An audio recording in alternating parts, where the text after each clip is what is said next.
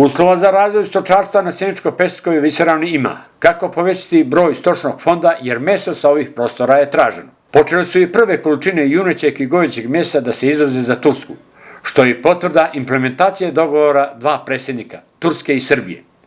Sve se to naravno realizuje preko Ministarstva za trgovinu vlade Srbije na čijem je čelu Rasim Ljajić.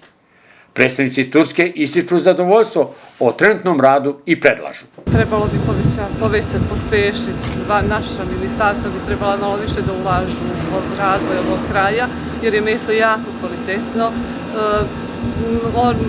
Procenat masnoće je mali u odnosu na ona kako su oni navikli koja uvoze od drugih zemalja. Nadležni iz Turskog ministarstva ističu i zadovoljstvo radom uposlenih u klanici Lav Sjenica. Ljudi prate higijenu, koriste sterilne noževe, ruke se peru, što je njima jako bitno da sa higijenskog aspekta bude sve u redu.